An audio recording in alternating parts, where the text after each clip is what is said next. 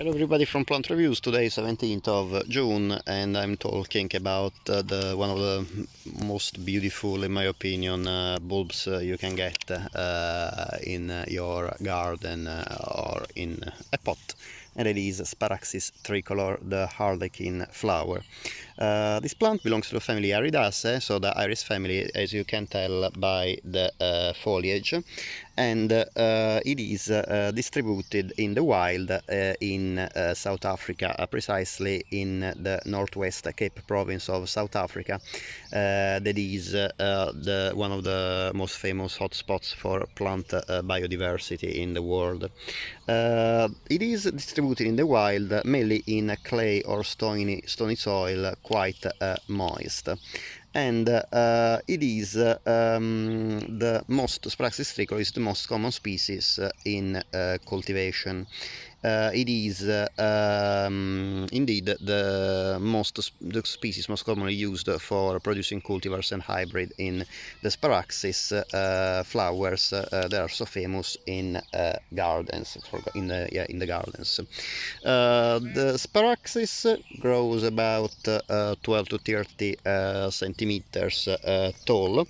As you can see, the foliage is bright green, of a shape very similar to iris, kind of sword shaped, and the flower scape reaches, basically tops very well the foliage, as you can see, and in total the flowers reach indeed about a height on the ground of about 30 centimeters. This one in particular is a cultivar called Sparaxis Red Reflex that I bought this spring. It is, I'm not sure if it's a hybrid of Sparaxis tricolor or just a cultivar of Sparaxis tricolor. However, the flower resembles very much indeed the Sparaxis tricolor.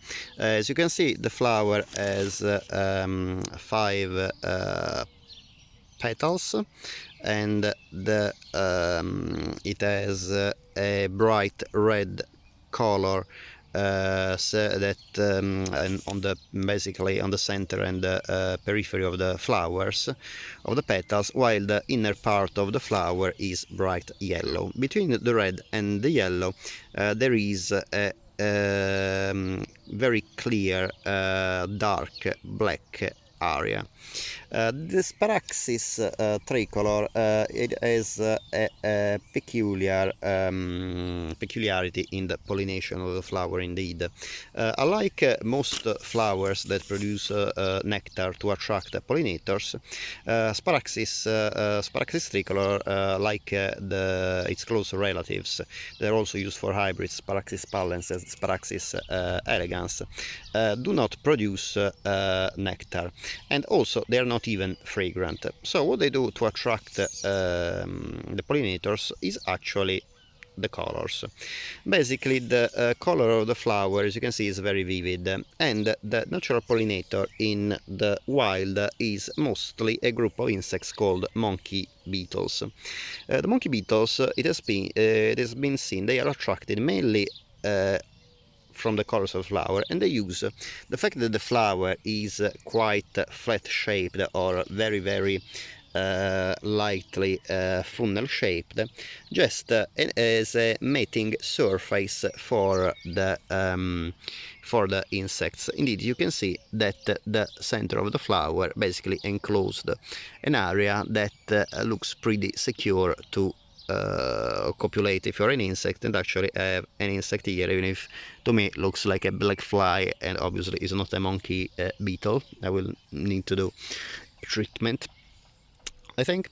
Anyway, the monkey beetles basically they land on the flower and then they copulate in the flower, and when they do copulate they basically get covered in the copious amount of pollen produced by Sparaxis tricolor.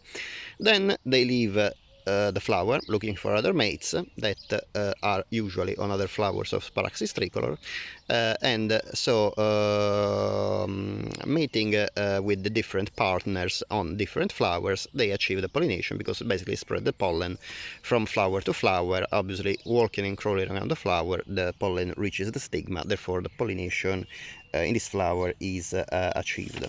The flowers has been in use in cultivation for in the gardens for many years, and not only in South Africa but in different countries, included indeed the UK. The plant is a bulbous plant, and the corms are usually to be purchased in the UK or in temperate countries, usually in spring. So people put them underground in spring, and then they sprout in late spring, blooming between late spring and early summer. However, in the wild, this plant grows mainly from autumn to spring. Last year I purchased some hybrid Sparaxis tricolor, and I planted them very late, I think it was October or November, in the ground, and actually they managed to grow during the winter. That was not very cold anyway, 2 years ago.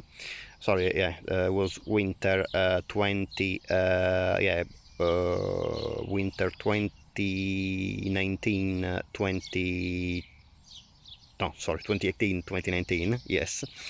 And they managed to flower beautifully in May, and then the plant went dormant, so they didn't suffer at all the winter, even if obviously it was not very cold.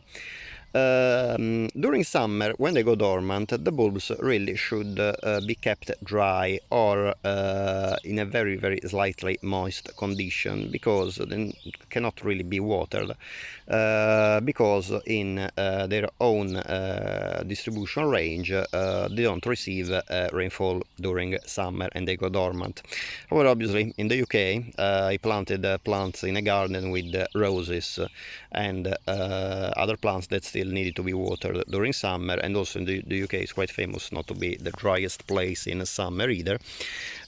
So this year, even if some Sparaxis tricolors still managed to bloom, out of the 20-25 flowers I had last year, this spring in May I had only a couple of flowers blooming, so I was a bit disappointed.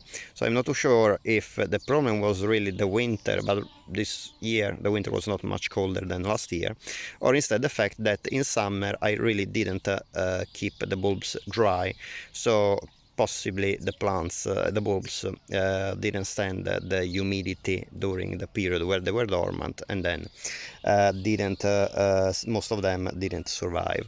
However, this spring I purchased this variety called Red Reflex, and I'm very happy of the beautiful color of this flower. So what I did for this plant is basically plant the bulbs in spring. It was April when I planted them, and the bulbs started sprouting a few weeks afterwards, and now in mid-June I've been given a nice flower display, unfortunately from only one of the bulbs I purchased. I purchased about 20 bulbs, and I have only about a dozen plants, so really I was expecting a bit more success with this plant. However, the flower is absolutely gorgeous, as you can see. It is about, it's not that big, it's about 4 centimeters in diameter in total. However, the color, I think, is absolutely amazing. It's so vibrant that it really makes up for the small size, and also for the lack of fragrance. These plants, as I said, I get experience. These plants can survive in the UK in winter. They survive 2 winters in my front garden. However, in a pot, obviously, the temperature variation from winter to summer is much wider, so in a pot really I wouldn't recommend to leave the pot outside in winter, and I would rather suggest to place it in a frost-free area, or otherwise lift the bulb and plant them again in another pot the following year. As well, environmental condition, this bulb, like many South African bulbs, needs full sun and very well drained soil, as well as being kept moist during the growing season, that is between spring and just after the blooming. As I said, in nature, really, they grow between autumn and spring. However, if you live in a very cold part of the UK, I still would suggest you to plant them in spring, so the plants will do their cycle between spring and late autumn at the most, and then you can keep the bulbs dormant in a dry area for the winter. Obviously, in a ventilated area, because as most bulbs, they can be sensitive to molds. I hope you enjoyed the video. If you'd like to support my channel, it would be great if you can please subscribe. If you have any questions, obviously I will be more than pleased to answer you as soon as I can, and I hope to see you next time. Bye.